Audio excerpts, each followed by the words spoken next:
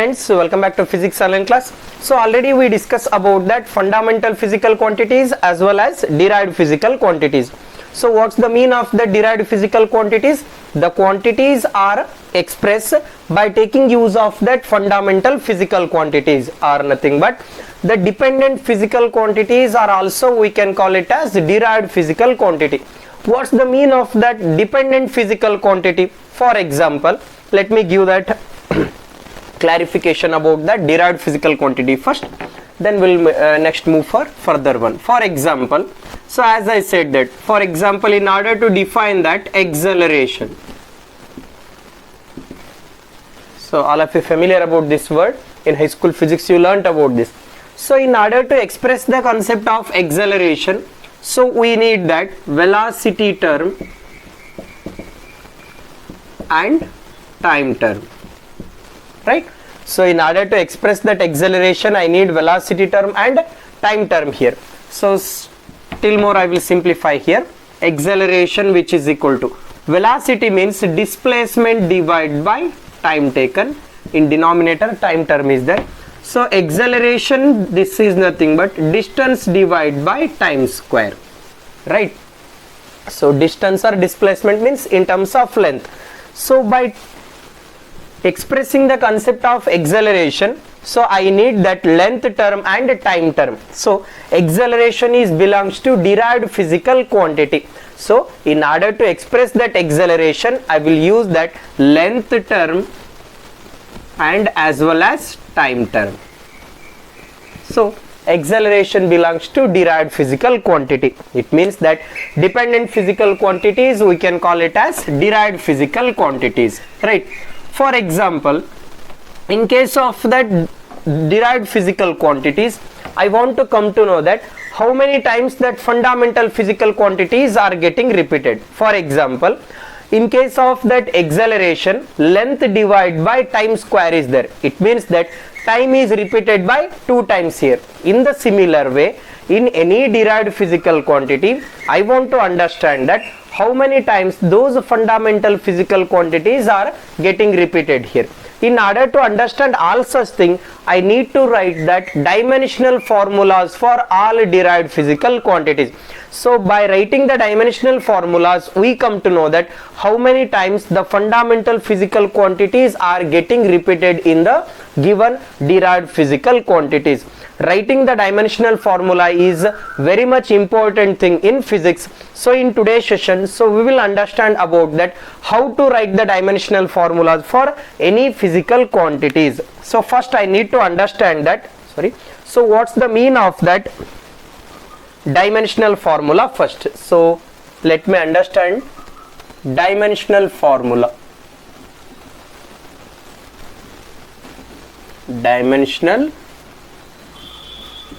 formula here. So dimensional formulas are nothing but, so physical quantity I have to express in terms of fundamental physical quantity. So writing the dimensional formula is nothing but physical quantities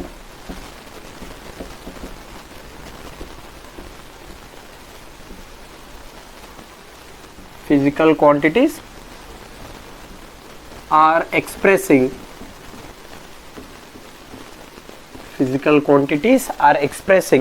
in terms of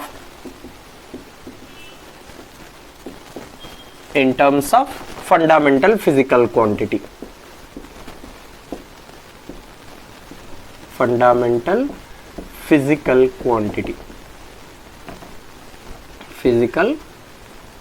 quantity here, right? Or in one more form we can say that, so dimensional formulas are nothing but the number of times the fundamental physical quantities are getting repeated in the derived physical quantity. So in order to write the dimensional formula, we will use some symbolical representation. For example, so in any derived physical quantity, if mass term is appear, so I will represent that mass by capital M.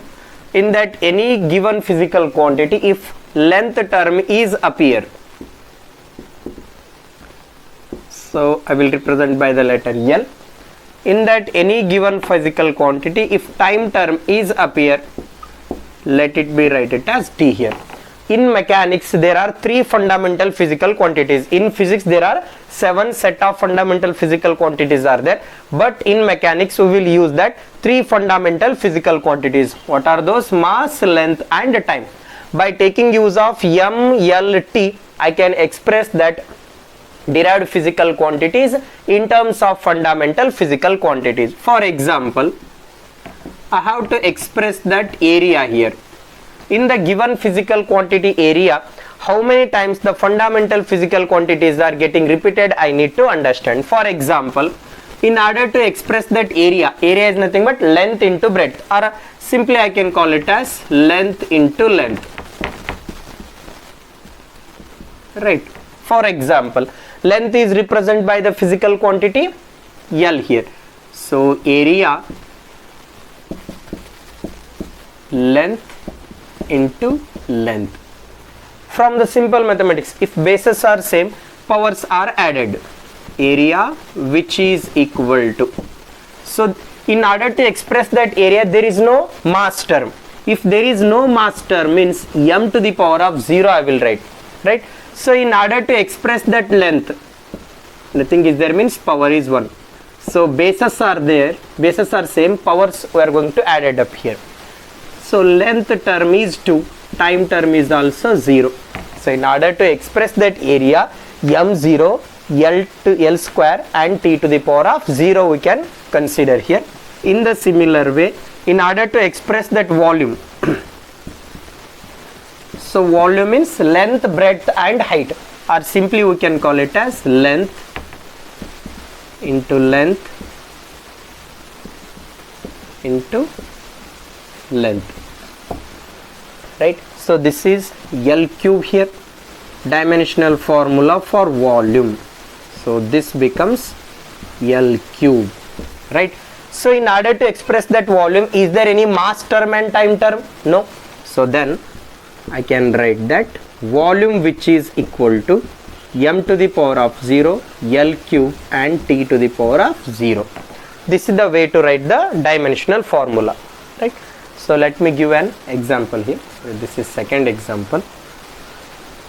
For example, in order to express the concept of density, so hope you know that density which is equal to, it is the ratio of mass per unit volume. So just I am writing the formula here, mass per unit volume.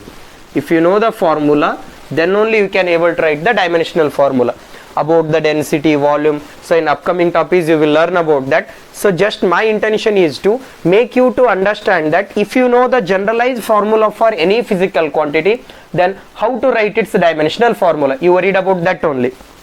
No need to worry about that how the density which is equal to mass by volume and all the things. So we will study in these things in upcoming class. So just you can understand that if you know the formula, how to write the dimensional formulas for those physical quantity. For example, mass term is there, means I will represent as m here. Volume term is there in denominator.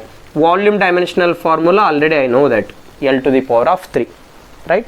So dimensional formula for the density which is equal to m to the power of 1. Why? Because in order to express the density, I got that mass term. Here length is in denominator, L to the power of 3. If I takes into that numerator, means shall I write it as L to the power of minus 3, and there is no time term. So this is the dimensional formula for density here. Right. So we'll go for next example.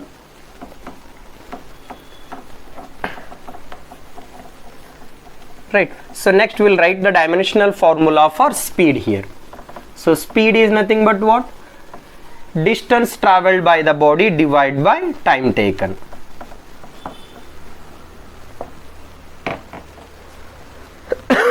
Okay.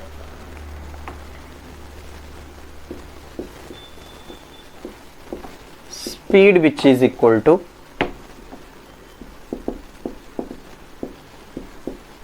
distance traveled by the body divided by time taken.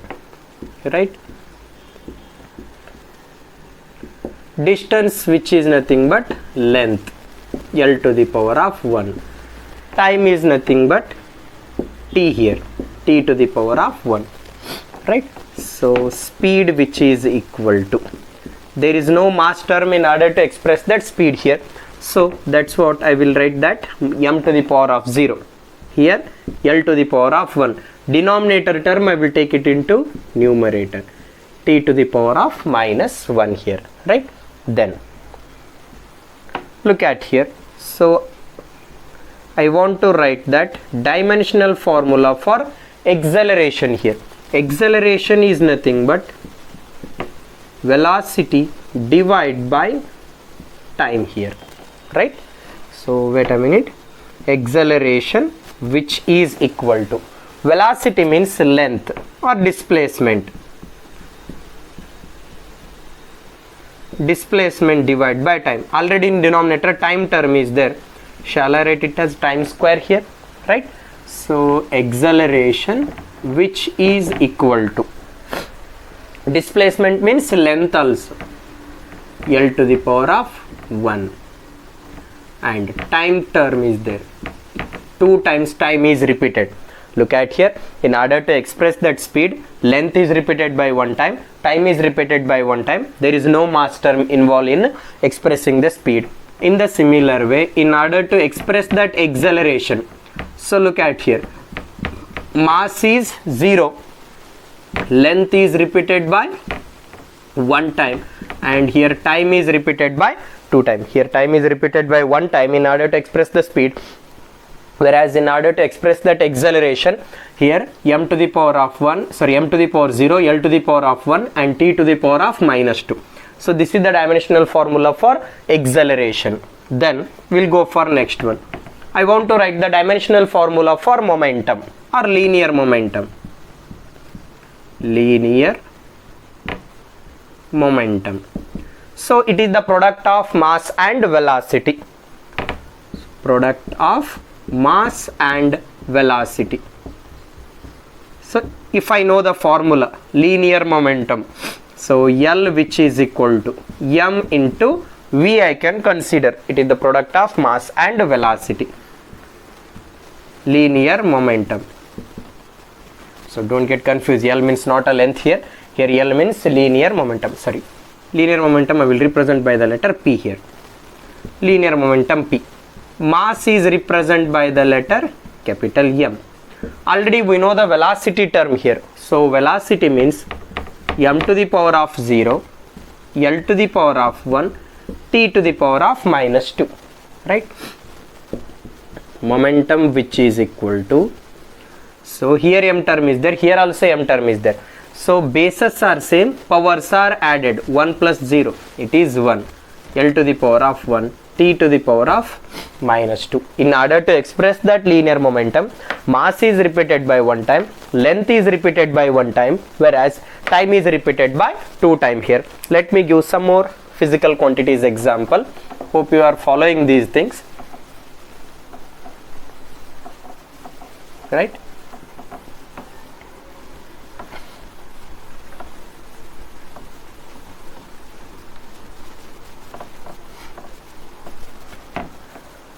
I want to write the dimensional formula for the physical quantity force here. Force, what is the generalized formula for force? So force which is equal to mass into acceleration, F which is equal to m into a, Newton's second law. Mass into acceleration, F which is equal to m into a, right? So I want to write the dimensional formula for force. Mass is represented by the letter m here, whereas acceleration, so already we write the dimensional formula for acceleration, m to the power of 1, L to the power of 1, t to the power of minus 2, right? So dimensional formula for force which is equal to, here mass term is there, here also mass term is there, bases are same, powers are added here, L to the power of 1, 0, sorry, acceleration, so there is no mass term in order to express that acceleration. So force which is equal to m to the power of 1, L to the power of 1, T to the power of minus 2, right? So this is the dimensional formula for force.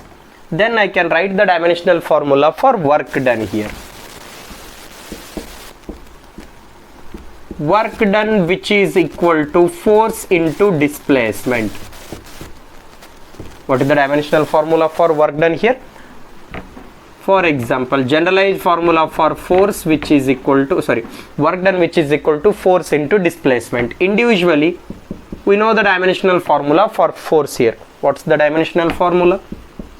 M1, L1, T to the power of minus 2. Dimensional formula for displacement is L to the power of 1, right? So M1, here bases are same, powers are added here, L to the power of 1 plus of 1, T to the power of minus 2. So work done which is equal to M to the power of 1, L to the power of 2, T to the power of minus 2 here. So this is the way to write the dimensional formulas. So we'll take that another example. Work is over.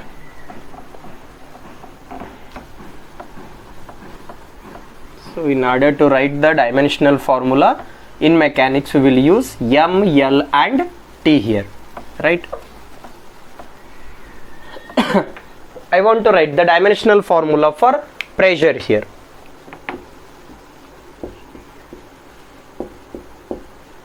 Pressure which is equal to force per unit area. What is the dimensional formula for pressure? Pressure P which is equal to force per unit area. So force per unit area here, right? So dimensional formula for force is M1. So force which is equal to mass into acceleration, L1, T to the power of minus 2, right? So area means L to the power of 2 here. So pressure which is equal to M to the power of 1. Here already L to the power of 1 term is there, in denominator L square is there. So if it comes to numerator, minus 2, L to the power of 1 minus 2, T to the power of minus 2 here, right? So dimensional formula for the pressure is M to the power of 1, L to the power of minus 1 and T to the power of minus 2. This is the way to write the dimensional formula.